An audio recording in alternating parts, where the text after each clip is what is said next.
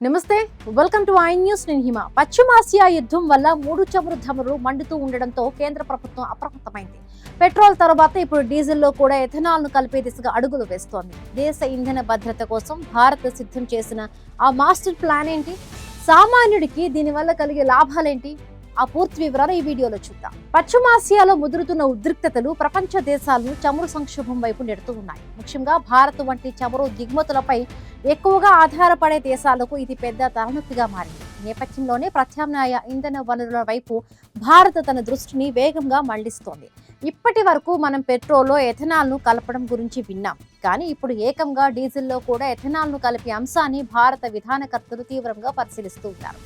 దిగుమతులపై ఆధారపడడాన్ని తగ్గించి దేశ ఆర్థిక వ్యవస్థను అంతర్జాతీయ చమురు షాక్ల నుంచి కాపాడడమే దీని ప్రధాన లక్ష్యం. గల్ఫ్ దేశాల్లో యుద్ధం కారణంగా సరఫరా గొలుసు విచ్ఛిన్నం కావడం, ముడి చమురు ధరలు ఆకాశాన్ని తాకడంతో దేశీయంగా ఇంధన ధరలను నియంత్రించడం ప్రభుత్వానికి సవాలుగా మారింది.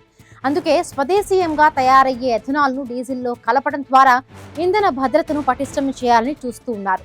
దీనికి కొన్ని సాంకేతిక లాజిస్టికల్ సవాళ్లు ఉన్నప్పటికీ ప్రస్తుత పరిస్థితుల్లో ఇది తప్పనిసరి అని నిపుణులు అభిప్రాయపడుతూ ఉన్నారు. ఈ చర్య వల్ల అటు పర్యావరణానికి మేలు జరగడమే కాకుండా చమురు దిగుమతుల కోసం విదేశాలకు చెల్లించే భారీ మొత్తాన్ని ఆదా చేయొచ్చు. అంతేకాకుండా ఈ సంక్షోభం ఆటోమొబైల్ రంగంలో కూడా పెద్ద మార్పులకు శ్రీకారం చుడుతోంది. ముఖ్యంగా ఫ్లెక్స్ ఫ్యూయల్ వాహనాలను ప్రోత్సహించడానికి ప్రభుత్వం ఇప్పుడు భారీ రాయితీలను ఇచ్చే యోచనలో ఉంది. ఈ వాహనాలపై జీఎస్టీని భారీగా తగ్గించడం ద్వారా వినియోగదారులను ఆకర్షించాలని చూస్తోంది. ఎథనాల్ మిశ్రమంతో నడిచే ఇంజిన్లు అందుబాటులోకి వస్తే పెట్రోల్, డీజిల్ ధరల భారం నుండి సామాన్యుడికి ఉపశమనం లభిస్తుంది. ప్రస్తుతం ఉన్న టెక్నాలజీని వాడుకుంటూనే ఫ్లెక్స్ ఫ్యూయల్ ఇంజన్ల వైపు కార్ల తయారీ సంస్థలు కూడా తమ ప్రొడక్షన్ ప్లాన్లను మార్చుకుంటున్నాయి. ఏ కంపెనీలు అయితే ముందుగా ఈ టెక్నాలజీని అందిస్తాయో వారికి భవిష్యత్తు మార్కెట్లో మంచి పట్టు లభిస్తుంది. యుద్ధం ఎన్నాళ్ళు కొనసాగినా దేశానికి ఇంధన ఇబ్బందులు తలెత్తకుండా ఉండాలంటే ఎథనాల్ ఒక్కటే పరిష్కారమని ప్రభుత్వం భావిస్తోంది. ఈ వ్యూహం గనుక విజయవంతమైతే భారత ఇంధన రంగంలో ఇది ఒక గొప్ప మైలురాయిగా నిలిచిపోతుంది.